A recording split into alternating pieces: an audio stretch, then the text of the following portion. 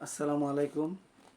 আজকে পাঠ করছি ৮০ ও ৯০ দশকের চতুর্থ ভাগ আমার বই থেকে যদি আমি কবিতাটি।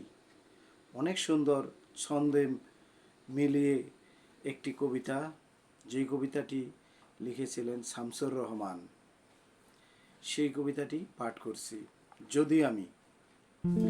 মামনিটার চোখ এড়িয়ে গলির মোড়ে পুল পেরিয়ে রোদের সাথে মুখ মেলিয়ে পাখনা ভরা রং বিলিয়ে এখান থেকে অনেক দূরে যদি আমি যেতাম উড়ে প্রজাপতির মতো কেমন মজা হতো। পাড়ার সবাই গোল থামালে, বাবা বইয়ে চোখ নামালে, চুপটি করে ঘোর আধারে যেতাম যদি বন বাদারে, রাতটা হলে ভেজায় কালো যদি আমি দিতাম আলো, জোনাক পোকার মতো কেমন মজা হতো।